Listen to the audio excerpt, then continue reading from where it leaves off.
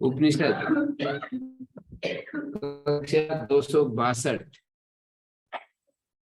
और ये छांदोग्य उपनिषद की 103 कक्षा 103। और कल हमने एक बात देखी, यहाँ पर 8वें अध्याय के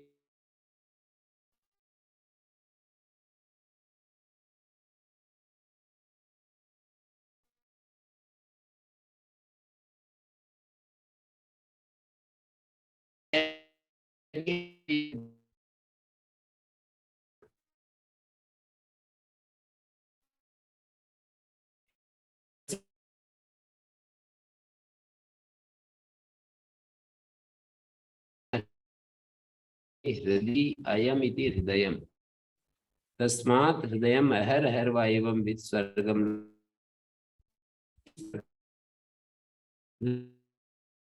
इसका वो ध्यान करता है तो प्रतिदिन स्वर्ग लोक को प्राप्त होता है। मानी स्वर्ग लोक का अभिप्राय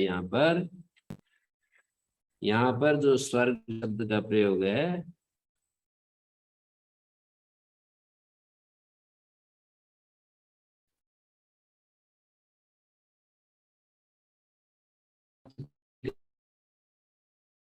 स्वर्ग लोक है जो है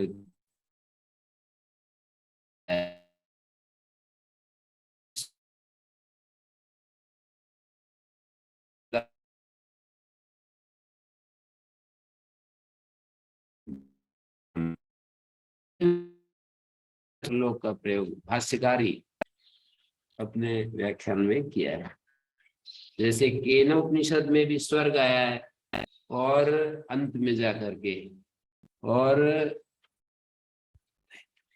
ऐतरेय उपनिषद के अंत में भी स्वर्ग शब्द का प्रयोग हुआ है। वहां पर ऐतरेय उपनिषद के अंत में स्वर्ग का प्रयोग किया है।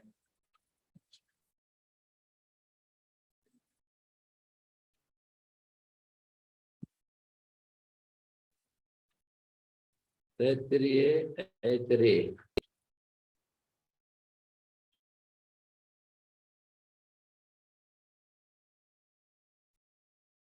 स्वर्ग शब्द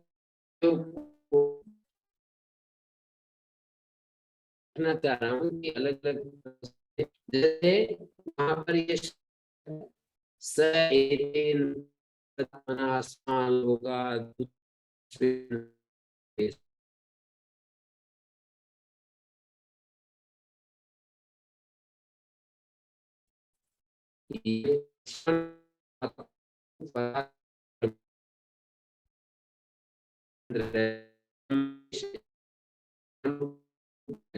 ब्रह्म है।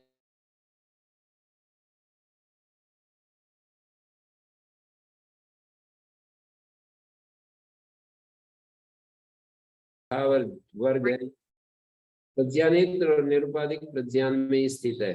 लोक प्रज्ञानेत्र वाला है, प्रज्ञान ही उसका विलय स्थान है, प्रज्ञान ही ब्रह्म है। ये वामदेव इस चेतन आत्मस्वरूप से ही इस लोक से उत्क्रमण कर इंद्रियातीत ब्रह्मात्म रूप स्वर्ग लोक में संपूर्ण कामनाओं को प्राप्त कर अमर हो गया। यहाँ पर जो स्वर्ग शब्द है ये मोक्ष के लिए है। स एतेन प्रज्ञेन आत्मना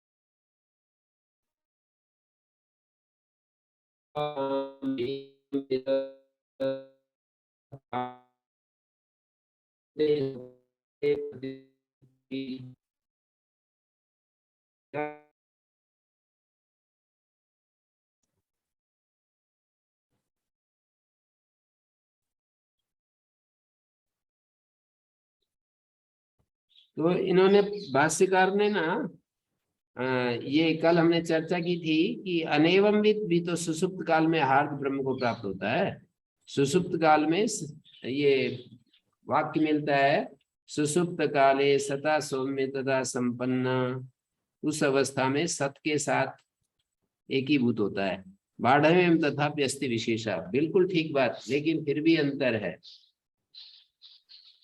यथा जानन अजानश्च सर्वो जंतु सद ब्रह्म, जानते हुए या न जानते हुए सभी जीव ब्रह्म ही है, फिर भी तत्वमसीति प्रतिबोधितो विद्वान, जब तत्वमसी से उसको बताया जाता है तब कुछ बात ही और हो जाती है। सदैव नान्यो अस्मीति जानन सदैव भवति, नान्यो अस्मि ये भी जान जाता है। जब कोई गुरु आचार्य ब्रह्मविद व्यक्ति हमको समझाता है कि तुम सत्य ही हो, तत्वमसि, तुम वही हो, जब ऐसे समझाते हैं तो जो हम ब्रह्म भी अपने को जानते हैं, अन्य भी कुछ जानते हैं। बल्कि एक स्थिति ऐसी होती है जहां हम ब्रह्म नहीं जानते हैं, अन्य ही जानते हैं, अन्यथा ग्रहण ही रहता है। ब्रह्म का अग्रहण और अन्यथा ग्रहण रहता है, एक ऐसी ज्ञान की स्थिति होती है। अग्रहण अन्यथा ग्रहण माने आत्मा के रूप में अग्रहण होता है और अन्यथा ग्रहण शरीर और अपना एक स्टेटस, अपना एक अहम भाव, जिस चीज के साथ तादाद में होता है। मैं विद्वान हूँ, मैं लेखक हूँ, मैं सामाजिक कार्य करता हूँ, मैं राजनेता हूँ, मैं भारतीय हूँ, मैं स्त्री हूँ, पुरुष हूँ, मैं ब्राह्मण हूँ, क्षत्रिय हूँ, वैश्य हूँ, ये सब अन्यथा ग्रहण है। तो एक स्थिति में अग्रहण और अन्यथा ग्रहण होता है। लेकिन कुछ जिसने शब्द प्रमाण का अध्ययन किया है या कुछ इस रास्ते पर कुछ सुना है, उसको ऐसा लगने लगता है कि हम सब आत्मा ही हैं, पर साथ में अन्य भी हैं, ये जाता नहीं है। हम शरीर हैं, व्यवहार काल में हम अपने को शरीर मानते हैं, अपने को वो जितने भी हमारी उपाधियां हैं उन सब को साथ रखते हैं, अन्य भी अपने को मानते हैं। पर ये जो उपासक है या ये जो ज्ञानी है, उपासक अलग अर्थ में बोला जाता है, ज्ञानी अलग। उपासक का मतलब जो उपासना कर रहा है, ज्ञानी का मतलब जिसको ये ज्ञान हो गया है। उपासना के बाद जो ज्ञान होता है, स्वामी दयानंद का तो मत ऐसा होता है कि उपासना के बाद ये ज्ञान पैदा होता है कि मैं ईश्वरस्थ हूँ। वो उनकी भाषा ऐसी होगी कि मैं ब्रह्मस्थ हूँ। उपासना के बाद ये ज्ञान पैदा होगा कि मैं ब्रह्मस्थ हूँ। तो इनकी भी श्रवण मनन निधिध्यासन के बाद ये ज्ञान पैदा होगा कि मैं ब्रह्म स्वरूप हूँ, अहम ब्रह्मास्मि। यदि प्रतिबंधक स्वल्प हैं तो केवल श्रवण मात्र से भी ये ज्ञान पैदा हो जाता है कि मैं ब्रह्म हूं। यदि प्रतिबंधक स्वल्प हैं और यदि प्रतिबंधक गहरे हैं तो श्रवण करो, मनन करो, निधिध्यासन करो, करते चले जाओ। उसके बाद हमें ये बोध होता है कि हम ब्रह्मस्थ हैं या हम ब्रह्म स्वरूप हैं। दो भाषा बनेगी, मैं ब्रह्मस्थ हूं या मैं ब्रह्म स्वरूप हूं। तो यहाँ पर उन्होंने कहा कि हम जानते हुए या न जानते हो सभी तो प्राणी हम ब्रह्म ही हैं, ऐसा हम ब्रह्म ही हैं। तथापि तत्व में स्थिति प्रतिबोधितो विद्वान सदैव नान्यो अस्मि। ये जो नान्यो अस्मि ये ज्यादा अंडरलाइन करने लायक बात है। सदैव, हाँ जी। दो प्रश्न, एक तो ये कौन सा खंड में आप पढ़ रहे हैं, और दूसरा तत्वमसी का विच्छेदन क्या होगा? तत्त्वमसि, ये मैं 8वें अध्याय का 3रा खंड पढ़ रहा हूँ ना, दूसरा मंत्र, तीसरा मंत्र, चौथा मंत्र। 8वें अध्याय का 3रा खंड, 3रा मंत्र, चौथा मंत्र है। तत्त्वमसि का परिच्छेद होता है त्वम तदसि। त्वम सब्जेक्ट है, तदसि ये प्रेडिकेट है। त्वम तम तदसि। त्वम तद असि। हाँ, तदसि। वो होता है ना, अंग्रेजी में एक सब्जेक्ट होता है, एक प्रेडिकेट होता है, उद्देश्य और विधेय होता है, उस तरह से देखना। तो जब किसी आचार्य ने, ज्ञानी ब्रह्मनिष्ठ आचार्य ने हमको बताया, जगा दिया हमको, तत्वमसीति प्रतिबोधितो विद्वान सदैव नान्योस्मीति जानन सदैव भवति। एवं एव विद्वान अविद्वान सुसुप्ते यद्यपि सत संपद्यते। विद्वान और अविद्वान सुसुप्त अवस्था में सत हो जाता है, फिर भी एवं विदेव स्वर्गम लोकमेति उच्यते।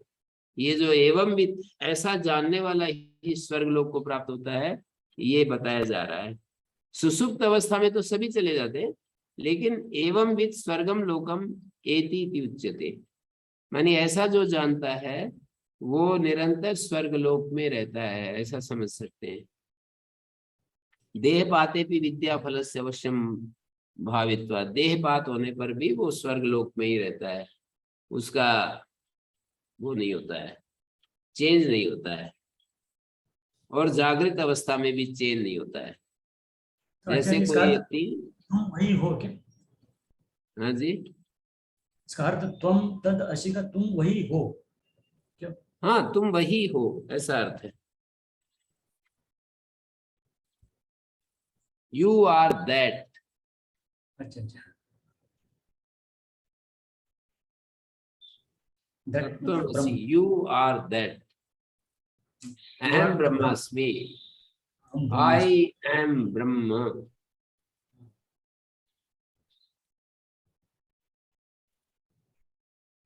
और वहां यू आर दैट में जो यू शब्द है ना, वो उपाधि से रहित अवस्था में यू कह रहे हैं। उपाधि सहित तुम ब्रह्म हो, ऐसा नहीं बोल रहे हैं, उपाधि को हटाकर। और वही ईश्वर की भी जो उपाधि है उसको हटा करके कह रहे हैं, शुद्ध चैतन्य रूप तुम एक ही हो। व्यावहारिक दशा में तो हम अलग अलग होते ही हैं। व्यावहारिक दशा का मतलब, अब जब हम बात कर रहे हैं, दुनिया को देख रहे हैं और सुन रहे हैं, व्यवहार कर रहे हैं, ये व्यावहारिक दशा है। तो व्यावहारिक दशा में तो हम एक प्रकार से अलग अलग हैं ही, लेकिन ये जो कथन है पारमार्थिक दृष्टि से, तो हम तदसि। पारमार्थिक बोध हमारा यदि इस पारमार्थिक बोध यदि इस ह्यूमन बॉडी में हो जाए, तो ये बात ये अगले मंत्र में कही है, चौथे मंत्र को मैं आगे चल करके भी मैं बताना चाह रहा हूँ 12वें खंड में। अभी तो ये तीसरा खंड चल रहा है, 8वें अध्याय के 12वें खंड में भी ये मंत्र इसी तरह से आया है। अथियायेषु संप्रसादो अस्मात् शरीरात् समुत्थाय परम ज्योतिरूप संपद्य स्वेन रूपेण विनिष्पद्यते एष आत्मा इति होवाच एतद् अमृतम् एतद् अभयम् एतद् ब्रह्म तस्य वा एतस्य ब्रह्मणो नाम सत्यम। इस ब्रह्म का सत्य नाम है।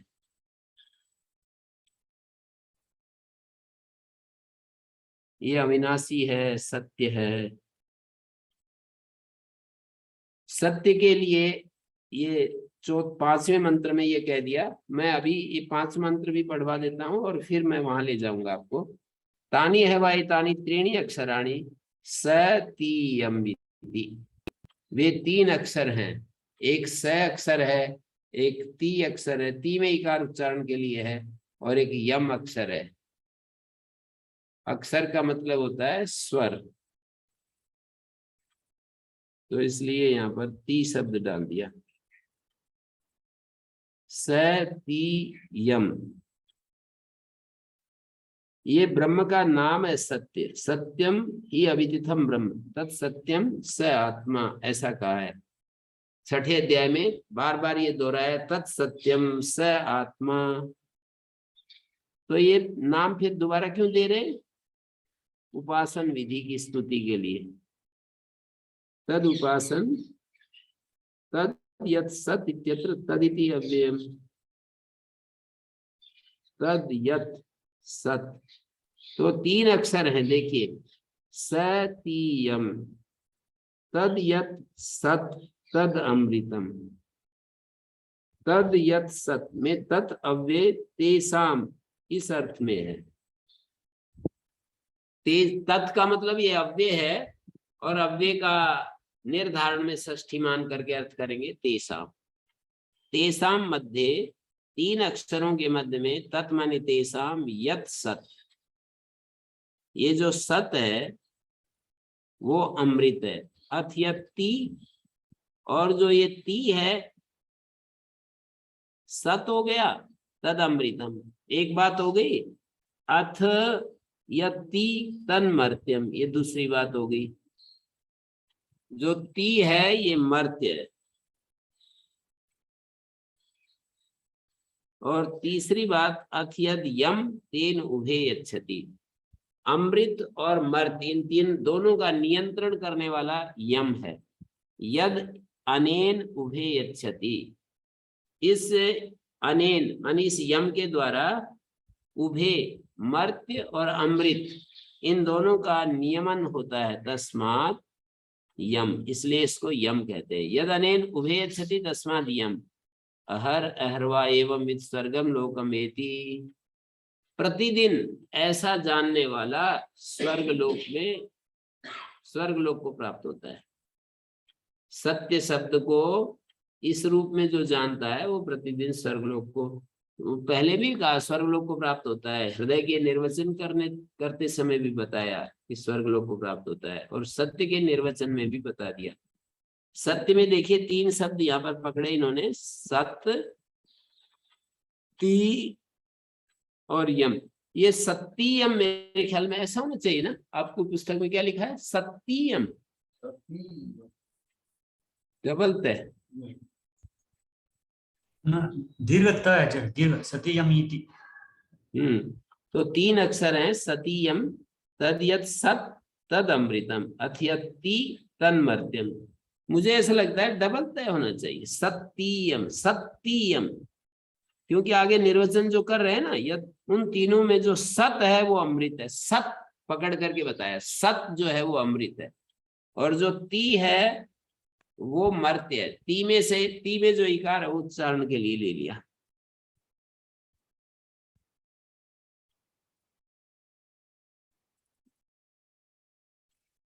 ती में इकार उच्चारण के लिए ले लिया, और पूर्वे उभे अक्षरे यच्छति यमयति नियमयति वशीकरोति आत्मना, अपने से ही, स्वस्मात्, ये भाष्यकार ने आत्मना शब्द पंचमी का एक वचन लिया है, अपने से ही उनका नियंत्रण करता है। इसलिए यद यम अक्षरम तेन अक्षरेण अमृत मर्त्याख्ये, अमृत और मर्त दोनों का नियंत्रण कर रहा है। यद यस्माद् अनेन यमिति एतेन उभे यच्छति तस्माद् यम संयते भी एतेन यमा लक्ष्यते, इस यम के द्वारा मर्त्य और अमृत का नियमन हो रहा है। ब्रह्म नामाक्षरस्यापि इदम अमृतत्वादि धर्मवत्वम महाभाग्यम, कितना सुंदर लिख रहे हैं भाष्यकार। ये ब्रह्म नाम वाला जो ये अक्षर है ना, सत्य, इसका भी जब इतना बड़ा महात्म्य है, किमुत नाम बता, अरे उस नाम वाले की तो कथा ही क्या है। नाम का भी जब इतना बड़ा महत्व है, तो नाम वाले की तो बात ही क्या है। वो तो उपास्यत्वाय स्तुयते, उसकी उपासना करने के लिए स्तुति की जा रही है। ब्रह्म नाम निर्वचने नाम वतो वेत्ता एवं विद, नाम वतो वेत्ता एवं विद, नाम वाले का वेत्ता ऐसा हो जाता है। हर हरवा एवं विद स्वर्गम लोकम एति तुक्तार्थम, इसकी बात पूरी हो गई। तो यहाँ पर अथयति तकार तन्मर्त्यम, ती में इकार उच्चारण के लिए,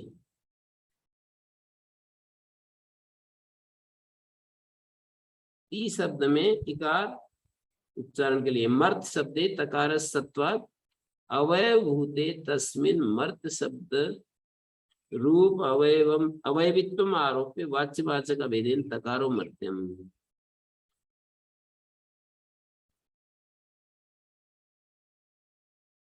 सत्य, सत्य, सत का या तो फिर यदि एक ही बस यहाँ पर सतीयम भी देखते हैं तो फिर ऐसा देखना पड़ेगा कि जो स है उसको सत शब्द लेकर के स पकड़ लिया और ती का तय ले लिया। मर्त्य, मर्त्य में भी तय शब्द आता है, सत्य में स आता है।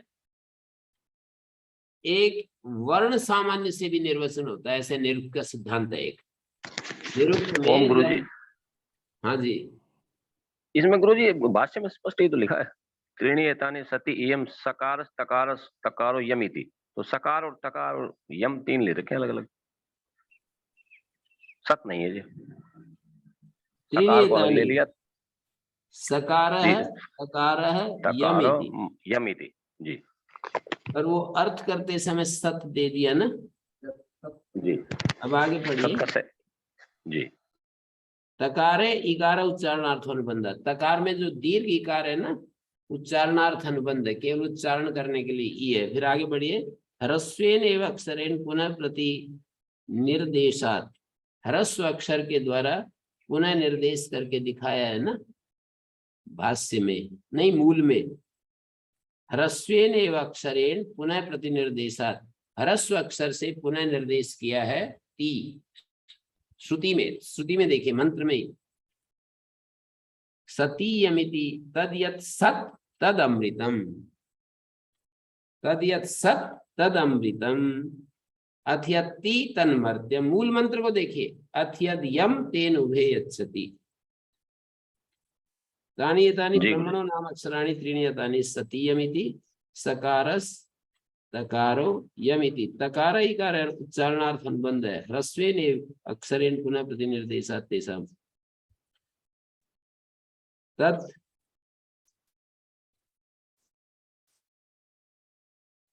यहाँ पर तेषाम के बाद पूर्ण विराम नहीं होना चाहिए, है ना। तेषाम के बाद पूर्ण विराम दे रखा है पुस्तक में, आप अपनी पुस्तक में देखिए। नहीं गुरुजी, निर्देशात के बाद, निर्देशात के बाद होना चाहिए, तेषाम के बाद पूर्ण विराम नहीं होना चाहिए। मेरी पुस्तक नहीं, में निर्देशात के बाद ही गुरुजी, हमारी पुस्तक में निर्देशात के बाद पूर्ण विराम है, फिर तेषाम तत्र। तेषाम तत्, तत् माने तेषाम, तत्र यत् सत् सकार, जो सकार है वो सत के रूप में है। सतीयम ही देख रहे हैं, सतीयम माने डबलते नहीं देख रहे, और उस स को सत के अर्थ में प्रयोग कर रहे हैं जी। स को सत के अर्थ में बता रहे हैं। तो ये भाष्य पढ़ रहा हूं। तेषाम तत्र यत् सकार तद अमृतम। हाँ, तत्र यत् सत सकार है, सत का जो सकार है, सत सकार है मैंने सत का जो सकार है, सत शब्द का जो सकार है, षष्ठी समास, सत सकार है, सत शब्द का सकार, ये अमृत है, सद ब्रह्म है, अमृत वाचकत्वाद अमृता ये सकार है, तकारांतो निर्दिष्टा।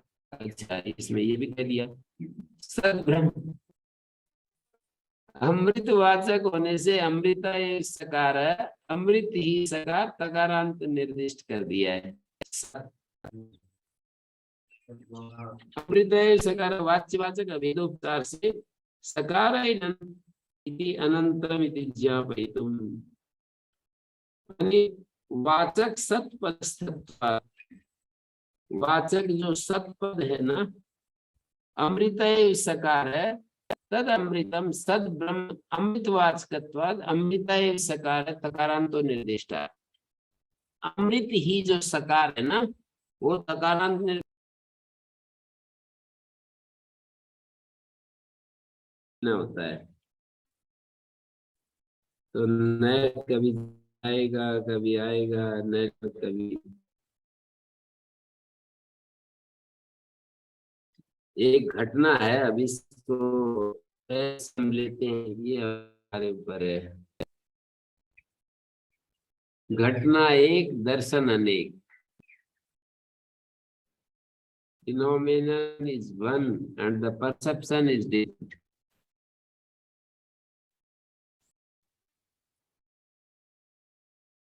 तो ये बार बार कट रहा है आज, कोई बात नहीं। हम इसी, कभी कभी रास्ते बिल्कुल साफ होते हैं, बड़ा हाईवे होता है, कभी कभी उबड़ खाबड़ भूमि आ जाती है, उसमें से गुजरना पड़ता है, यात्रा तय करनी पड़ती है। तो देखिए करा था कि यहाँ पर सतीयम में दीर्घिकार पड़ा और आगे फिर ह्रस्व दिखा दिया है। सतीयम तद यत् सत तद अमृतम अथ यत् ती, यहाँ ती में ह्रस्वीकार दिखा दिया। पहले तो सतीयम में दीर्घिकार है, फिर यत् तन मर्त्यम यहाँ ह्रस्वीकार आ गया। अथ यम तेन उभे यच्छति, यम का मतलब दोनों का जो नियंत्रण करता है। यदनेन उभे यच्छति तस्मादयम, तस्माद यम, इसका पूरा निर्वचन दिखा दिया। यदनेन उभे यच्छति, यदनेन उभे यच्छति तस्माद यम, उभे यच्छति तस्माद यम। हर हर एवं विद स्वर्गम लोकम वेति, बार बार जो है पुनः पुनः एवं विद स्वर्गम लोकम, अहर हर प्रतिदिन जाता है, बार बार नहीं कहना चाहिए, प्रतिदिन स्वर्ग लोक में जाता है।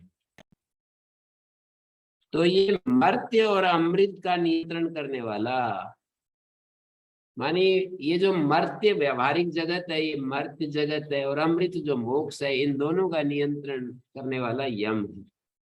मानी ये जो व्यवहारिक जगत है, इसको यम तय शब्द से कह रहे, मर्त शब्द से कह रहे, तो पारमार्थिक जो ईश्वर का जो स्वरूप है वो सत शब्द से कह रहे। तो इन दोनों का नियंत्रण, दोनों मोक्ष या संसार, इन दोनों का दोनों पर जिसका नियंत्रण है उसको सत्य कहते हैं। मोक्ष और संसार, इन दोनों पर जिसका नियंत्रण है उसको सत्य कहते हैं। ऐसा उपनिषद में निर्वचन दिया है। कितना अच्छा निर्वचन दिया है, ये उपनिषद की है, इसमें तो कोई द्वैत अद्वैत का चक्कर नहीं है। माने उपनिषद ये कह रही है कि 3 अक्षर हैं, सतीयम, जो सत है वो अमृत है, जो ती है वो मर्त्य है, और यम का मतलब दोनों का नियंत्रक। तो सत्य का मतलब बंध और मोक्ष इसी के अधीन है। मोक्ष का मतलब जो वो स्थिति है, मोक्ष भी एक स्थिति है, ऐसा नहीं वो काल्पनिक है, और बंध तो हमारे को दिख ही रहा है, बंधन। मोक्ष पर विश्वास होना भी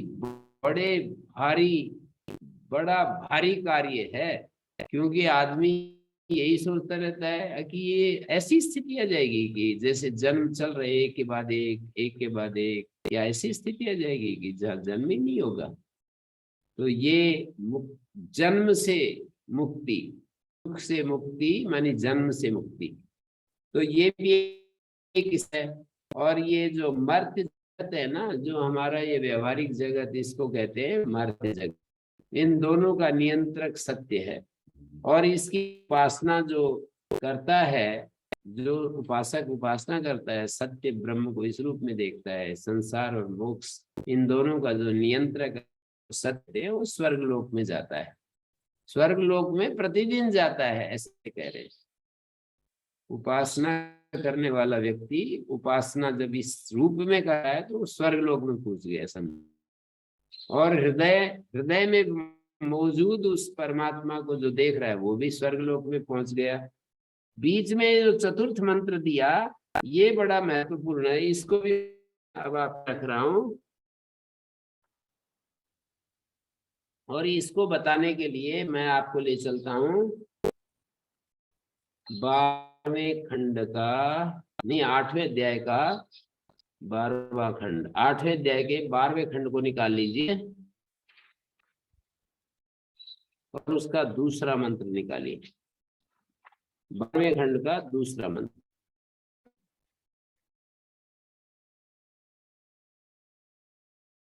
वो पहला मंत्र तो बड़ा प्रसिद्ध है, मेरे जानने में दिया है जगह जगह। 12वें खंड का पहला मंत्र है, भगवान मर्त्यम श्रीरम आत्म। शेर के मुंह में बकरी जैसे है हमारा ये स्थिति। भगवान मर्त्यम वायदम शरीरम आत्म मृत्यु नाम, मृत्यु से ग्रस्त है। तद अस्य अमृतस्य अशरीरस्य आत्मनो, अशरीर जो आत्मा है इसका अधिष्ठान आत्मनो अधिष्ठानम, माने भगवान मर्त्यम वायदम शरीरम आत्मृत्युना तदस्मृतस्य अशरीरस्य आत्मनो अधिष्ठानम। किम अधिष्ठानम? शरीरम अधिष्ठानम। आत्मा का अधिष्ठान मानी उपलब्धि, जिसे आत्मा का अधिष्ठान बता दिया। शरीर आत्मा का अधिष्ठान नहीं हो सकता है कभी भी। उपलब्धि की दृष्टि बता दिया, उसको इस शरीर के भीतर ही खोजना होता है। शरीरम अधिष्ठानम, उसका जो अधिष्ठान है वो शरीर है। और अधिष्ठानम, अधिष्ठानम कहते हुए शरीरम पर जाएंगे। आत्मनो भोगाधिष्ठानम, आत्मतः ईशितु तेजो वर्णात् क्रमेण उत्पन्नम अधिष्ठानम। जीव रूपेण प्रविश्य सदैव तिष्ठति अस्मिन् इति अधिष्ठानम इति वा अधिष्ठानम। कई तरह से इसकी संगति लगी। आत्मा का अधिष्ठान कैसे है? आत्मा का अधिष्ठान ऐसा सही सीधे बनेगा नहीं, प्रयास करके बताना पड़ेगा कि ये शरीर आत्मा का अधिष्ठान है। मोटे मोटे जो बिल्कुल विचार ज्यादा करते हैं उनके लिए कोई ज्यादा माथापच्ची करने की जरूरत नहीं है। माने शरीर में आत्मा है, शरीर आत्मा का अधिष्ठान, माने शरीर में आत्मा है। तो अमृत है और शरीर से आत्मना,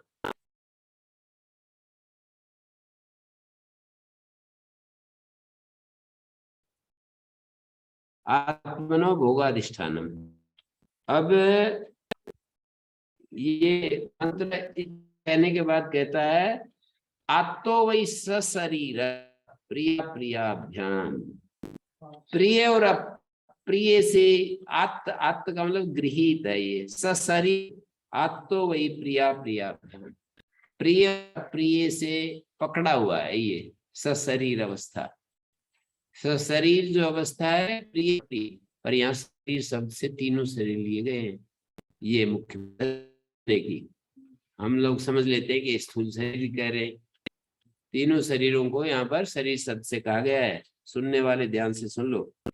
आत्तो सशरीर प्रिय और अप्रिय से सशरीर आत्मा आत्तः गृहीत, किससे?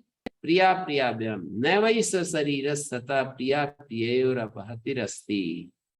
न वै सशरीर से सता, सशरीर रहते हुए प्रिय और अप्रिय की अपहति माने विघात नहीं हो सकता है।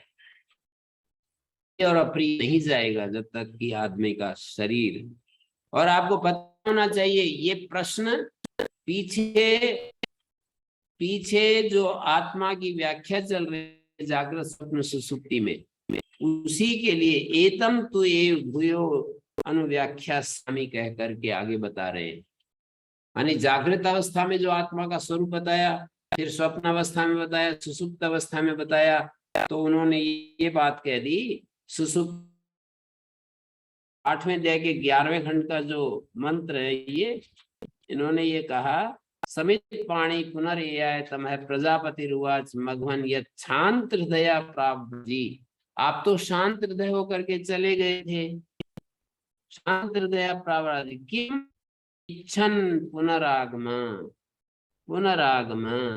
सहोवाच नाह खलु अयं भगव एवं संप्रति आत्मानं जानाति। न अह, ये तो अब अपने को भी नहीं जान रहा है। अयम अहम अस्मि, ये मैं हूं।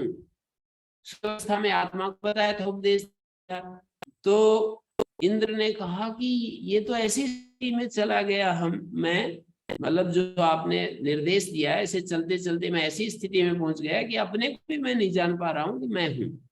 गहरी नींद में क्या स्थिति होती है, कहाँ जान पाते हैं कि मैं हूँ। उठने के बाद हम कहते हैं दो बातें याद आती हैं हमको उठने के बाद, सुखम हम अस्वापसम ना हम किंचित अवेदिशम।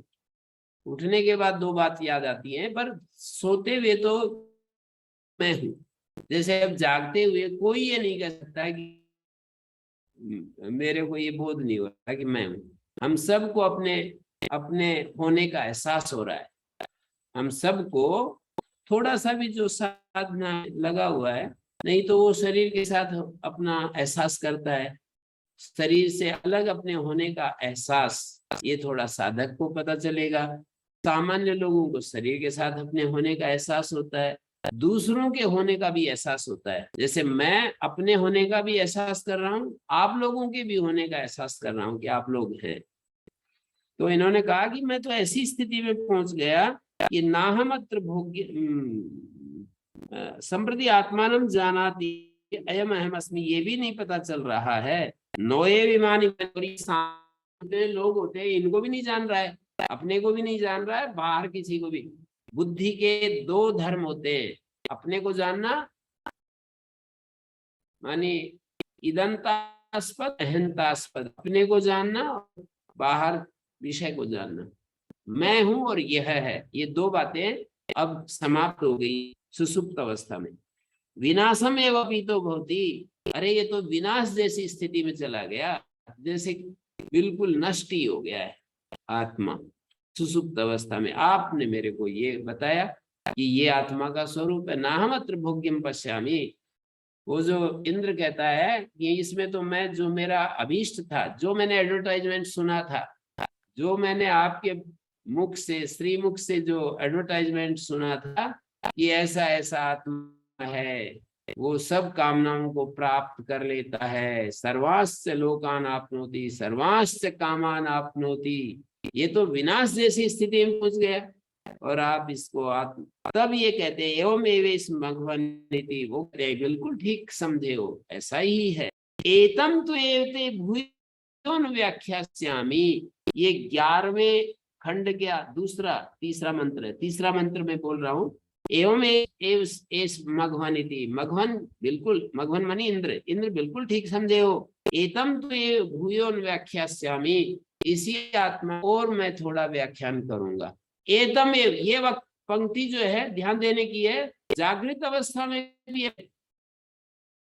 जागृत से जब सब पहले जागृत अवस्था में नहीं मिलेगी, जैसे वो स्वप्न का उपदेश देते हैं उससे पहले ये पंक्ति मिलेगी। जागृत के पहले जो उपदेश दिया था कि ऐसा ऐसा आत्मा है, उसके लक्षण बताए, और वे लक्षण जागृत अवस्था में जो अक्षी पुरुष में दिखाए नहीं। अक्षी पुरुष जो बताया था जागृत अवस्था में, जो आदर्श में जो पुरुष है, पानी में दूध सराव में जो दिखाई देता है, आंख में दिखाई देता है, तो आत्मा के लक्षण में उसको कुछ संदेह हो गया कि भाई ये सारे लक्षण तो घटित है, वो अभय है, ब्रह्म है, ऐसा ऐसा जो आपने आत्मा के लक्षण बताए, इस अक्षी में कैसे घटाएं हम, और छाया पुरुष में कैसे घटाएं ये, और आदर्श में जो चित्र देता कैसे घटाएं। तो बोले कि ठीक समझो, थोड़ा और तपस्या करो इसके लिए 32 वर्ष। और फिर उन्होंने कहा कि ये स्वप्न में जो होता है ये है, तो बहुत सारी समस्याएं हट गई उसकी, बहुत सारी समस्याएं हट गई। बहुत सारी समस्याएं हटने के बाद फिर भी कुछ समस्याएं बच गई जी, उसमें मेरे को डर लगता है, कोई मेरे पीछे भाग रहा है और मैं दुखी हो रहा हूँ, कभी कभी मैं रोने लग रहा हूँ। और आपने तो आत्मा को अमृत बताया, अभय बताया, आपने आत्मा को अजय बताया, अमर बताया, और स्वप्न में तो विशोक बताया। स्वप्न में तो ये सारी चीजें आ जाती हैं कभी कभी। तो बोले ठीक समझे हो, और तपस्या करो। और ऐसी स्थिति में ये वाक्य बोलते हैं, एकदम तो व्याख्यास्यामि, बार बार अंडरलाइन करने की बातें बताऊंगा मैं, कि इसको अंडरलाइन करके फोकस कीजिए। एतम तो भूयोन व्याख्यास्यामि, वो कहते हैं कि इसी आत्मा का और व्याख्यान करूंगा। मतलब जागृत स्वरूप आत्मा का बताने के बाद जब उसको संतुष्टि नहीं हुई, तो बोले एतम तो ये भूयोन व्याख्या, इसी आत्मा का तुम्हें और व्याख्यान करूंगा। और स्वप्न तक ले गए। फिर बोले कि स्वप्न में कुछ समस्याएं समाधान हुई पर पूरी नहीं हुई। तो फिर ये वाक्य बोलते एतम तो ये भूयोन व्याख्यास्यामि, तुम्हें और इसका व्याख्यान करूंगा। फिर सुसुप्ति की बात बताई। सुसुप्ति में उसने अपनी समस्या रख दी कि इसमें तो ऐसी स्थिति, सारी समस्याएं तो समाधान हो गई, ना भय बचा, ना शोक बचा, और ना कोई मोह बचा, ना कोई किसी प्रकार की अपूर्णता मुझे महसूस हो रही है, कोई चाह नहीं, पूर्ण काम, सत्य काम हो गया। लेकिन ऐसी स्थिति आ गई कि मैं अपने को भी अनुभव नहीं कर रहा हूँ और मेरे सामने जो लोग हैं उनका भी अनुभव नहीं हो रहा है। तो बोले ठीक समझे हो, एतम तो ये भूयोन व्याख्यास्यामि, इसी आत्मा का और व्याख्यान करूंगा। और ये और व्याख्यान करूंगा इसी आत्मा का। तब ये पंक्ति आई है, मघवन मर्त्यम वाइदम शरीरम आत्म, और व्याख्यान करूंगा, तुम्हें थोड़े दिन और रहना पड़ेगा।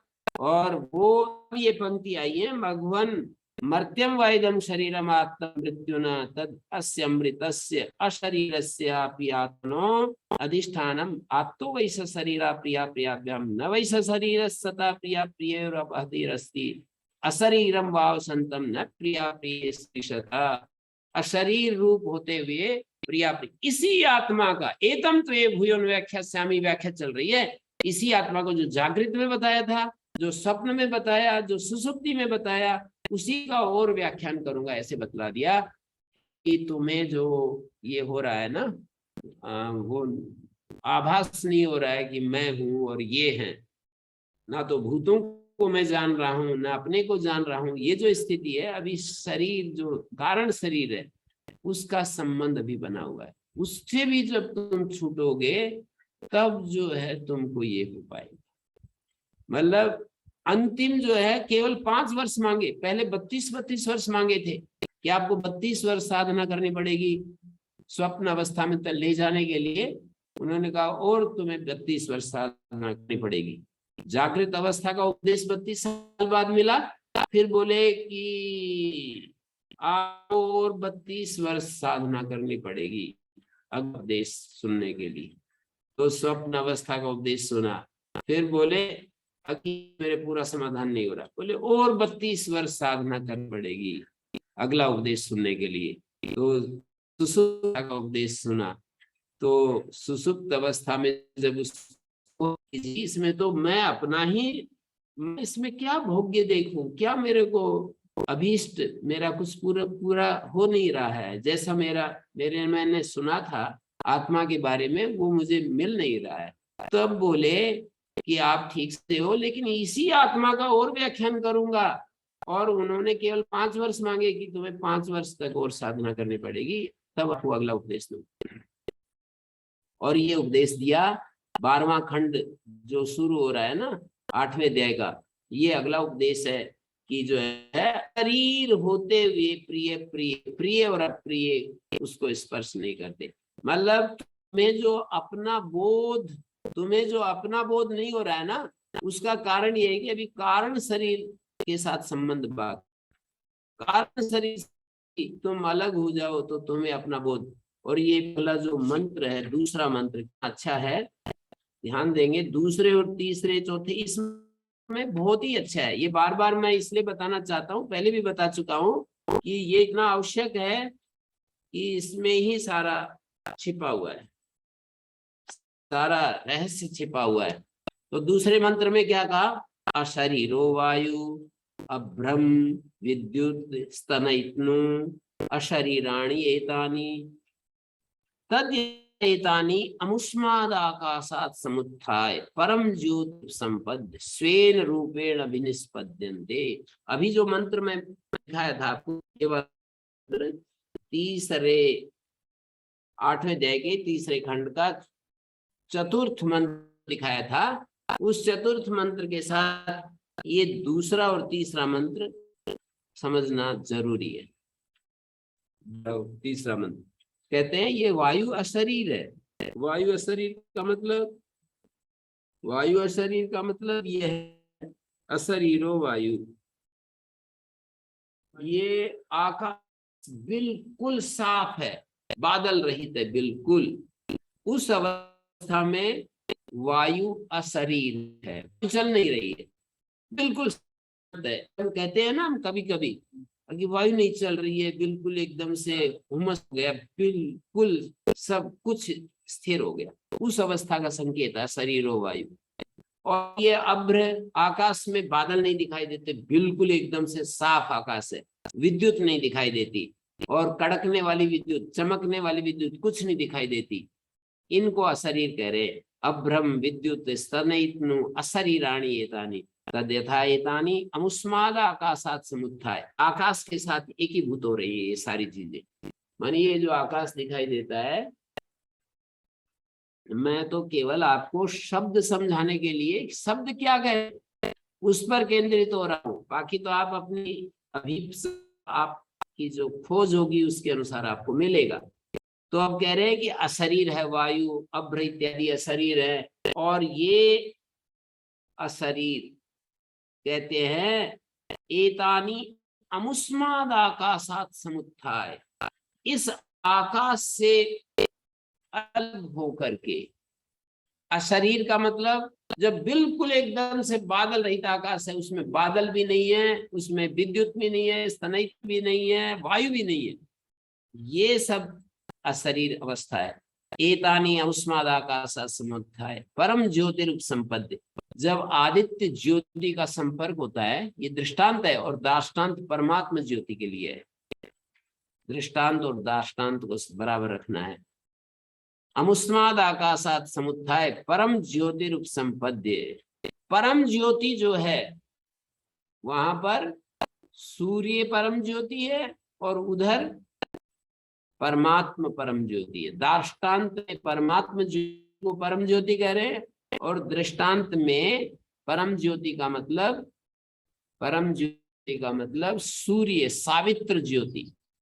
सूर्य जो ताप इसके ऊपर पड़ता है ना, आकाश शरीर आकाश के ऊपर जब सूर्य का ताप पड़ता है तो स्वेन रूपेण विनिष्पद्यन्ते, ये अशरीर थे, ये सारे अपने रूप में आ जाते हैं, वायु बहने लगती है, बादल आ जाते हैं, विद्युत चमकने लगती है, स्तनयित कड़कने लगती है, ये सब आ जाता है। स्वेन रूपेण विनिष्पद्यन्ते, अपने रूप में निष्पन्न हो जाते हैं। परम ज्योति रूप संपद्य, परम ज्योति माने सावित्र ज्योति को जब यह शरीर वायु प्राप्त होता है तो एतानि अशरीराणि तएतानि अशरीराणि अमुष्मादात् समुत्थाय। इस आकाश से उठकर, अलग होकर, इस आकाश से अलग होकर परम ज्योति को प्राप्त करके स्वेन रूपेण विनिष्पद्यन्ते। और इससे अगला दाष्टान्त को बता रहा है, ये तो दृष्टांत है, दाष्टान्त को बता रहा है एवमेव ऐसा, एवमेव ऐसा है तो दाष्टान्त में जाएंगे। इसी प्रकार ऐसा संप्रसाद है, सुसुप्त काल में जो आत्मा होता है, निर्मल अवस्था जो होती है, जो कि जागृत और स्वप्न में उसकी स्थिति कालुष्य, वृत्तियों के कालुष्य से पूरी होती है, भरी रहती है, और गहरी नींद में वो कालुष्य से हट जाता है। अस्मात् शरीरात् समुत्थाय, ये जो हमारा संप्रसाद है, इस शरीर से उठ करके, मानी जब हम गहरी नींद में होते हैं तो क्या हो जाता है, गहरी नींद में क्या होता है कि जैसे वायु आकाश में नहीं दिखाई देती, ऐसे ही ये जीव संप्रसाद अवस्था में अपना अस्तित्व नहीं अनुभव करता है। वायु अभ्र विद्युत आदि नहीं दिखाई देती जब आकाश साफ होता है। इसी प्रकार गहरी नींद में जीव को अपना स्वरूप अलग से नहीं दिखाई देता है, जीव को अपना स्वरूप अलग से नहीं दिखाई देता है। जैसे आकाश में वायु आदि निकलती, ऐसे ही गहरी नींद में जीव को अलग से अपना स्वरूप मिलता है। और फिर कहते हैं अस्मात् शरीरात् समुत्थाय परम ज्योति रूप। लेकिन परमात्म ज्योति को प्राप्त करता है ये जीव, तो इस शरीर से अलग हो जाता है, अपने इस शरीर के साथ जो तादात्म्य था। शरीर का मतलब यहाँ पर जो अंतिम शरीर क्या था, कारण कारण शरीर से अलग हो जाता है, कारण शरीर के साथ उसका तादात्म्य था और उससे यह अलग हो जाता है, तो इसको कह रहे हैं अस्मात् शरीरात् समुत्थाय। इस शरीर में जो आत्म भावना है उसका त्याग करके, शरीर कारण शरीर से भी त्याग हो जाएगा उसका, परम ज्योति को प्राप्त करके स्वेन रूपेण, इसको अंडरलाइन कर रहा है, स्वेन रूपेण विनिष्पद्यते, अपने वास्तविक स्वरूप को प्राप्त कर लेता है। दार्ष्टान्त में संप्रसाद जो जीव है वो अपने वास्तविक स्वरूप प्राप्त कर लेता है। कैसे करता है? परम ज्योति को प्राप्त, पवित्र ज्योति थी यहाँ परम ज्योति, परम ज्योति को प्राप्त करके स्वेन रूपेण विनिष्पद्यते स उत्तमा पुरुष, उसको उत्तम पुरुष कहते हैं।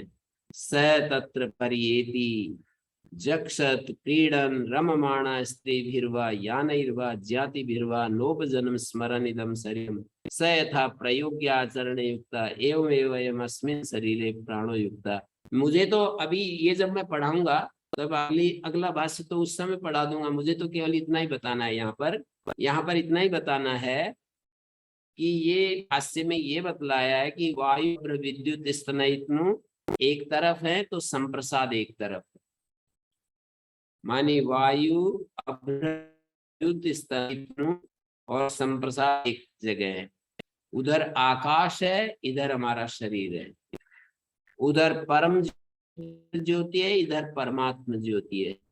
स्वयं रूप गए, स्वयं रूपेण का मतलब वहां वायु अपने रूप में दिखाई देने लगती और दिखाई देने लगती। यहाँ पर स्वयं रूपेण माते उत्तम पुरुष, वहां वायु आदि का प्रकट रूप हो जाता है।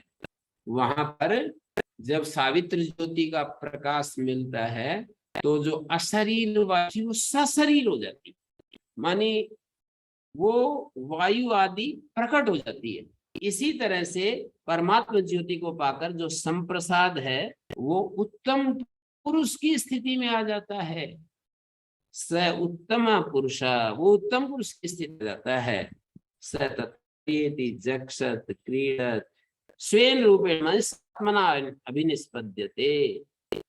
आकाश आदि वायादय समुत्थाय माने देहादि वैलक्षण्यम आत्मनो रूपम अवगम्य, देह आदि से विलक्षण अपना रूप जान करके देहात्म भावना हित्वा, देह में जो आत्म भावना है उसका त्याग करके स्वेन रूपेण स येन स्वेन रूपेण संप्रसादो विनिष्पद्यते, वो जिस अपने रूप में अपने वास्तविक स्वरूप में आता है उत्तम पुरुष होता है। स्वेन रूपेण संप्रसाद जो है अभिनिष्पद्यते प्राक प्रतिबोधात् तद भ्रांति निमित्तात् सर्पो भवति। प्रतिबोध से पहले तो ऐसा होता है जैसे अपने को अपना स्वरूप उसको शरीर दिखाई देता है। तत्वमसि आदि प्रतिबोध से पहले उसको ऐसा दिखाई देता है कि मैं शरीर हूँ। भ्रांति में जैसे रज्जु गर्भ आदमी समझता रहता है, इसी तरह से प्राक प्रतिबोधात् भ्रांति निमित्तात् सर्पो भवति यथा रज्जु पश्चात्कृत प्रकाशा, और जब उसको प्रकाश मिलता है तो रज्जु के रूप में वो कहता है कि अरे ये तो सर्प है, रज्जु ही है।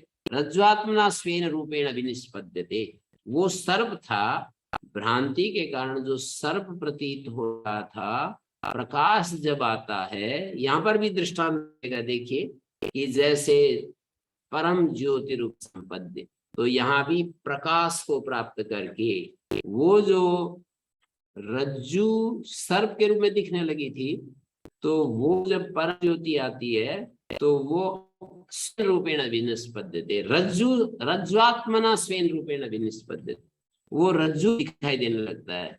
एवं स उत्तमा पुरुष उत्तमश्चासु पुरुष इति उत्तमा पुरुष स उत्तमा पुरुष अक्षी स्वप्न पुरुषो, ये कहा वही स्वप्न पुरुष जो है अक्षी पुरुष भी का है, स्वप्न पुरुष भी का है, सुसुप्ता समस्ता, और वो व्यक्त व्यक्तौ अव्यक्तश्च सुसुप्ता, सुसुप्त में तो अव्यक्त है और अक्षी स्वप्न पुरुष दोनों व्यक्त अवस्था में हैं। ये भाषा है व्यक्तौ अव्यक्तश्च। व्यक्तौ माने अक्षी और पुरुष तो व्यक्त होते हैं और अव्यक्त से सुसुप्ता समस्ता, समस्ता का मतलब सब तरफ से अपने आत्मा में लीन हो जाता है, सेल्फ एब्सॉर्प्शन। संप्रसादो शरीरस्य भवति स्वेन रूपेण, अपने रूप में वो समस्त हो जाता है, अशरीर अवस्था में होता है। संप्रसादो अशरीरस्य स्वेन रूपेण एवं ऐसा रूपेण अवस्थिति क्षराक्षरौ व्याकृत अव्याकृतौ अपेक्ष उत्तम पुरुषाकृत निर्वचनो गीतासु स संप्रसादा स्वेन रूपेण स्वात्मनि स्वस्थतया। अपने रूप में जब आता है ये संप्रसाद तो उत्तम पुरुष के रूप में सर्वात्म भूता पर्येत क्वचित इंद्रियाद्यात्मना जक्षदसन भक्षयन व, वही उत्तम पुरुष जो है ना में फैला हुआ है, वही उत्तम पुरुष कहीं तो वो इंद्रियादि रूप में कुछ खा रहा है, कुछ हंस रहा है, भक्षण कर रहा है, भक्ष्यान उच्चावचान ईप्सितान क्वचित मनोमात्रई, कहीं मनोमात्र संकल्पादेव समुत्थितई ब्राह्मलौकिकई, ब्राह्मलौकिक जो विषय हैं उनको क्रीडस्त्री रममाणश्च मनसा एव, मन से ही न उपजनम, मनसा एव न उपजनम स्त्री पुरुष अन्योन्य उपगमेन जायते इति उपजनम, मानी इस शरीर को स्त्री पुरुष के संपर्क से जो पैदा होता है, उपजनम आत्म भावेन आत्म सामीप्येन जायते जन्म शरीरम तन्न स्मरण, उसका स्मरण नहीं कर रहा है, उसका स्मरण करेगा तो दुख ही होगा, दुखात्मकत्वात्। तो उसको फिर आगे दिखाया है कि ये जो है स यथा, जैसे कोई बलिवर्द या घोड़ा होता है ना, प्रयोग्य शब्द का अर्थ है यहाँ पर बैल या घोड़ा, आचरण युक्ता का मतलब रथ में नियुक्त होता है, ये में जुड़ा हुआ होता है, आचरण का अर्थ है रथ या जुआ। एवं अयम, अयम मानी ये अस्मिन शरीरे, ये जो उत्तम पुरुष है ये इस शरीर में अयम प्राणो युक्त, इस प्रकार इस शरीर में अयम अस्मिन शरीरे अयम प्राणो युक्त, अयम शब्द से अयम प्राणो युक्त, अयम मानी अयम से प्राण अयम शब्द से यहाँ पर लेते हैं यथा प्रयोग्य, जैसे कि बलिवर्द और घोड़ा जैसे जुड़ा रहता है, ऐसे ही एवं अस्मिन शरीर अर्थ स्थानीय प्राण मानी पंचवृत्ति इंद्रिय मनोभी युक्त प्रज्ञात्मा विज्ञान क्रिया संपन्न, अपने कर्म फल भोग के लिए नियुक्त हो गया है। एवं अस्मिन शरीरे स प्राण युक्त, प्राण का मतलब यहाँ प्रज्ञात्मा, प्राण शब्द पहले भी आया ना, जैसे 7वें अध्याय में क्रिया शक्ति विज्ञान शक्ति से, मानी ये जो अंतःकरण के लिए प्राण शब्द बुद्धि शक्ति और क्रिया शक्ति से दोनों से युक्त जो है, स अस्मिन तस्मिन अहम उत्क्रांते उत्क्रांतो भविष्यामि तस्मिन व प्रतिष्ठे प्रतिष्ठास्यामि ईश्वरेण राज्याय सर्वाधिकारी दर्शन श्रवण चेष्टा व्यापारे अधिकृत तस्य मात्रैक देशः चक्षुरिंद्रियम रूपोपलब्धि द्वार भूतम। तो इन्होंने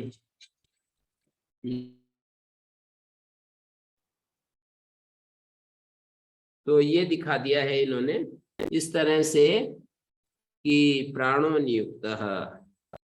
तो मैं ये बताना चाह रहा हूं कि एवं ए संप्रसादो अस्मात् शरीरात् समुत्थाय परम ज्योतिरुपसद्ये स्वेन रूपेण अभिनिष्पद्यते स उत्तमा पुरुषा स तत्र पर्येति जक्षत क्रीड रममाणा स्त्रीभिर्वा यानैर्वा ज्ञातिभिर्वा न उपजनम स्मरण इदम शरीरम स यथा प्रयोग्य आचरण युक्ता स यथा का ये दृष्टांत, स यथा दृष्टांत प्रयोग्य जो कोई घोड़ा या बलिवर्द रथ में नियुक्त होता है, एवं अयम प्राण अस्मिन शरीरे नियुक्त।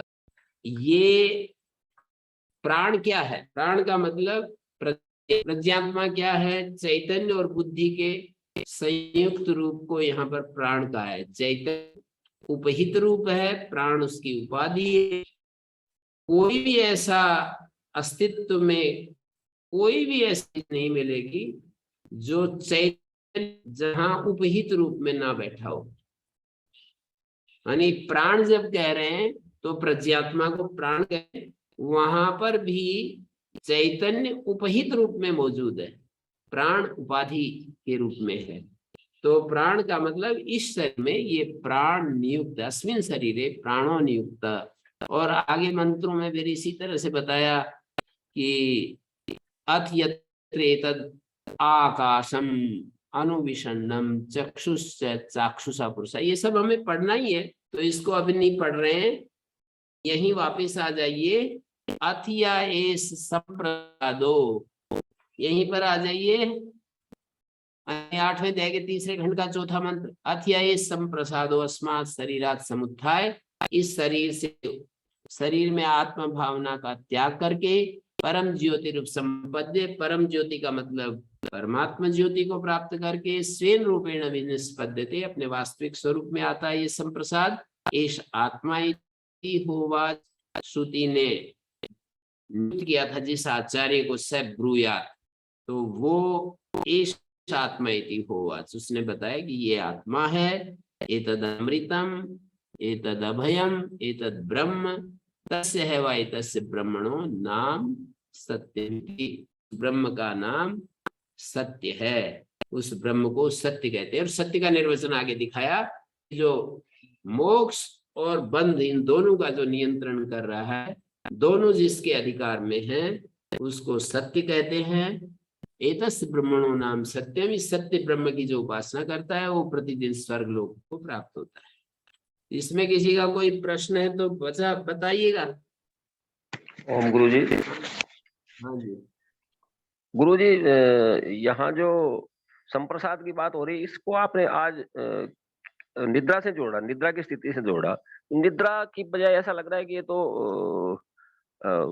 ये जो वर्णन है संप्रसाद का, ये तो मुक्ति जैसा है, स्वेन रूपेण निष्पद्यते आदि। आपने बीच में इसमें ऐसा कहा कि ये निद्रा की स्थिति है। हाँ, इसमें देखिए, यहाँ पढ़िए, सुषुप्त काले स्वेन आत्मना सता संपन्ना सन सम्यक प्रसीदति, जागृत स्वप्नयोर विषयेन्द्रिय संयोग जातम कालुष्यम जहाति, संप्रास शब्दो यद्यपि सर्व जंतूनाम साधारण तथापि एवं स्वर्गम लोकमेति, यहाँ पर जो प्रकृत है ना, तो ये संप्रसाद सन्निहितत्वात् यत्न विशेषात्, यत् सुसुप्त काल में संप्रसाद होता है, ये साधारण है सबके, लेकिन यहाँ ये जो प्रसंग है, यहाँ संप्रसाद का मतलब जो ऊपर हृदयम जो उपासक है ना, हृदयम जो उपासक है, उसको यहाँ संप्रसाद कह रहे हैं। सन्निहितत्वात् यत्न विशेषात् सो अथेदम शरीरम हित्वा स संप्रसाद है, अथेदम शरीरम हित्वा अस्मात् शरीरात् समुत्थाय। गुरु जी, अब 12वें खंड में जो आपने अभी जो व्याख्या की, मैं उसकी बात पूछ रहा था जी। यहाँ तो कल हो गया था ये अशरीरो वायु अभ्रम विद्युत आदि का दृष्टांत देकर, अशरीरो वायु अभ्रम विद्युत आदि का जो आपने दृष्टांत दिया था, इसमें जो आगे जो तीसरा मंत्र है 12वें खंड का, इसमें जो संप्रसाद है वो बताया, पहले मैं ये बता दिया कि भाई ये सुसुप्ति में तो ऐसी स्थिति आ जाती है कि आदमी अपने को भी भूल जाता है, उसको न बाहर के बोध रहता है न अबोध रहता है, ऐसी स्थिति आ गई। आप इसको अभीष्ट, इसमें मेरे को कोई अभीष्ट नहीं दिखता, मेरे को अंतिम चीज नहीं मिली, तो उन्होंने कहा कि 5 साल और साधना करो फिर इसका उत्तर। और उत्तर देते समय उन्होंने ये मंत्र बोला, जो ये प्रसिद्ध मंत्र है 12वें खंड का पहला मंत्र, कि मघवन मर्त्यम मर्त्य है मृत्युना आत्म। और महर्षि दयानंद ने इस शब्द की व्याख्या की है, बकरी, जैसे शेर के मुंह में बकरी की तरह है ये शेर, ये शरीर मृत्यु के मुंह में ऐसे फंसा हुआ है। मघवन मर्त्यम वायदम शरीरम आत्म मृत्युना तस्य अमृतस्य अशरीरस्य आत्मनो, ये अमृत है अशरीर है, दोनों शब्द अमृत और अशरीर जो है ना, दोनों शब्द डालने की जरूरत नहीं थी, फिर भी उसको द्विर्बद्धम स्विबद्धम भवति के कारण से कर दिया है। अशरीर वचन वायु आदि की तरह सावयवत्व मूर्तिमत्व वो ना समझा जाए, इसलिए उसको अशरीर कह दिया है। अमृतस्य जी गुरु। शरीरस्य आत्मनो अधिष्ठानम, उसका अधिष्ठान है ये शरीर। आत्म शरीरो प्रिया प्रिया, शरीरस्य प्रिया प्रिय और अपतिरस्ति। सशरीर आत्मा की प्रिय प्रिय की आपत्ति नहीं हो सकती है। असरी भाव संतम न प्रिया प्रिय स्पृशता, ये बात कही। और फिर दूसरे मंत्र में ये बात आ गई, अशरीरो वायु अब्रह्म विद्युत इत्यादि इत्यादि। ये दृष्टांत हो अशरीर गए। वायु है, अब्र विद्युत स्तन अशरीर है, एतानी ये सब अशरीर हैं। तद यथा, ये दृष्टांत चल रहा है। तद एतानी अमुस्माद आकाशात समुत्थाय, आकाश के साथ एक ही भूत अवस्था है ना ये वायु आदि की। जब आकाश में कोई नहीं, कोई बादल नहीं, कोई बिजली नहीं, आकाश के साथ बिल्कुल एकदम से एक ही भूत अवस्था है, कोई चिन्ह ही नहीं है। जी समझ में आ रहा है ये? नहीं गुरु जी, इसमें ऐसा समझ में आ रहा है, मुझे बार बार ये शंका होती है कि इसमें जो बता रहे हैं कि ये जो वायु अब्र आदि जब आकाश से समुत्थाय, आकाश से उठकर उस समय ज्योति रूप संबद्ध स्वयं रूपेण अभिनिष्पद्यन्ते, मानी वो सूर्य को प्राप्त करके अपने शुद्ध स्वरूप में आ गए हैं। जो वायु आदि का उनका जो कार्य रूप है, शुद्ध स्वरूप माने वो अपने नहीं है। प्रकट रूप में आ गए, स्वयं रूपेण अपने प्रकट रूप में आ गए। ये उल्टा नहीं लगता गुरु जी? यहाँ तो उसको शरीर समेत वापस ला बिल्कुल रहे हैं सीधा और लगता वहां है। वापस। देखिए मैं बताता हूँ सीधा कैसे, सीधा कैसे, देखिए ध्यान से। अशरीर जी वायु है, अशरीर वायु का मतलब आकाश के साथ एक ही भूत वायु है। जब सावित्र ज्योति को पाता है ये वायु, तो शरीर आकाश रूप शरीर से ऊपर उठकर, जी आकाश रूप शरीर से अलग होकर वायु अपने प्रकट रूप में आ जाता है। स्वयं रूपेण अभिनव, स्वयं वायु चलता हुआ बहता हुआ हमारी त्वचा को छूने लगता है। जो जी गुरु। पहले अशरीर अवस्था में था, वो अशरीर का मतलब यही है कि उसका प्रकट रूप नहीं है। वायु जो है हमको चलता बहता दिख नहीं रहा है, बादल चलता फिरता दिख रहा है, ये अशरीर अवस्था है। तो जी वायु अभ्र विद्युत स्तनयित्नो, अशरीर माने इनका प्रकट रूप नहीं दिख रहा है, अशरीर है ये सारे। और जी एतस्मात् आकाश रूप, आकाशात समुत्थाय, आकाश के साथ एक ही भूत है भी। आकाश से अलग होकर के जब ये सावित्र ज्योति को पाते हैं तो अपने रूप में आते हैं। अपने रूप का मतलब अपने वास्तविक रूप में आते हैं, अर्थात वायु चलता हुआ दिखता है, मतलब बादल दिखने लगते हैं, जी विद्युत जी चमकती हुई दिखने लगती है। दृष्टांत देकर के फिर ये बात बोले, एवं जी ऐसा संप्रसाद यथायम दृष्टांता वायु आदि नाम आकाशादि साम्यावगमनवत अविद्या संसार अवस्थाएं साम्यम आपन्न, ये दे रहे ना। जी अविद्या जी के जी कारण शरीर संसार अवस्था में शरीर साम्य अवस्था को प्राप्त हुआ अहम अमुष्य पुत्रा जातो जीर्णो मनुष्य, इस तरह से भाव जो तरह तरह के जागृत और स्वप्न में हमारे को दिखाई देते रहते हैं।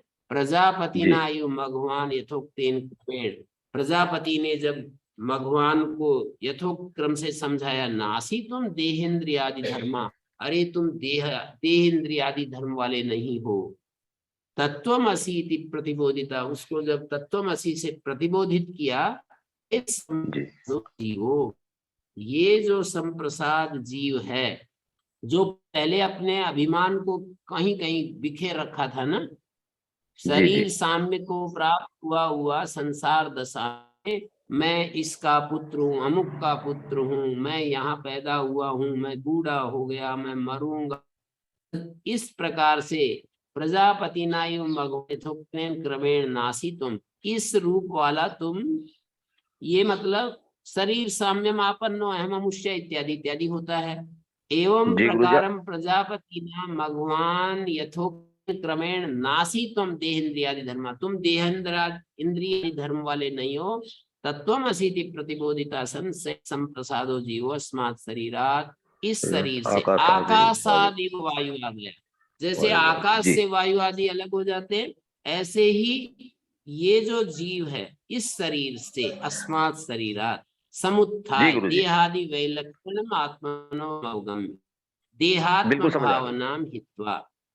जी गुरु जी समझ आ गया। तो क्या समझ में आया बताओ, औरों को भी ये बताओ। समझ में आया जी कि वहां दृष्टांत में वायु अपराधी जो आकाश को ही अपना स्वरूप मान रहे थे, और आकाश में ही विलीन हो रहे थे। अब वो संप्रसाद ज्योति को प्राप्त करके, सूर्य ज्योति को प्राप्त करके विलीन अपने दिखाई देते थे, विलीन हुए दिखाई दे रहे, जी, ऐसे ही इस विलीन हुए दृष्टांत दिखाई दे रहे।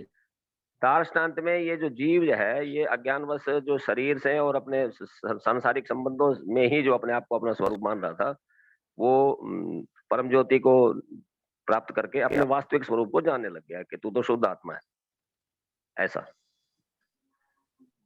सयेन स्वेन रूपेण संप्रसादो अभिनिष्पद्यते प्राक प्रतिबोधा तद भ्रांति निमित्ता सर्पबोधि। पहले तो वो अपने आप को कुछ और मान रहा था, जैसे रज्जु सर्प समझ में आने लगे, ऐसे ही अपने आप को शरीर मान रहा था, अपने आप को बहुत सारे जो अस्मिता है ना, अपने आप को भारतीय, अपने आप को पाकिस्तानी, अपने आप को स्त्री, अपने आप को श्रेष्ठी, धनवान, वैज्ञानिक, दार्शनिक, कवि, क्या क्या मानता रहता है ना, और अपने आप को सुंदर, रूप, और ये सब अपने आप को जो मान रहा था ना, वे सब जो है चले गए जैसे ही प्रकाश मिला, रज्जु के रूप में दिखाई दे रहा है, ऐसा कह रहे हैं। उत्तमा पुरुषा। आगे भी उन्होंने कहा स संप्रसादा स्वेन रूपेण, वो संप्रसाद अपने रूप से तत्र स्वात्मनि स्वस्थतया, अपने में जो स्वस्थ सर्वात्म भूत हुआ परियेति, सर्वात्म हुआ वही आत्मा तो सब जगह ये फैला हुआ, कहीं मतलब भोगों में व्यस्त है, कहीं कुछ, एक ही आत्मा तो सर्वत्र हुआ है, वो अपने अलग अलग रूपों में दिखाई दे रहा है हमारे को। इन्होंने जो आगे मंत्र में कहा है ना कि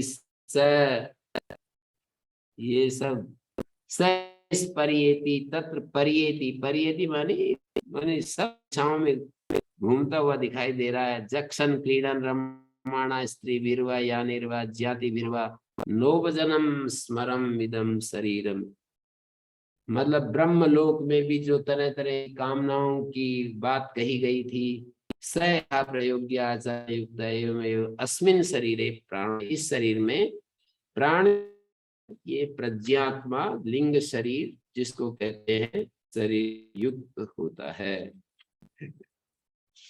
तो हाँ जी, श्री जी बंद करें।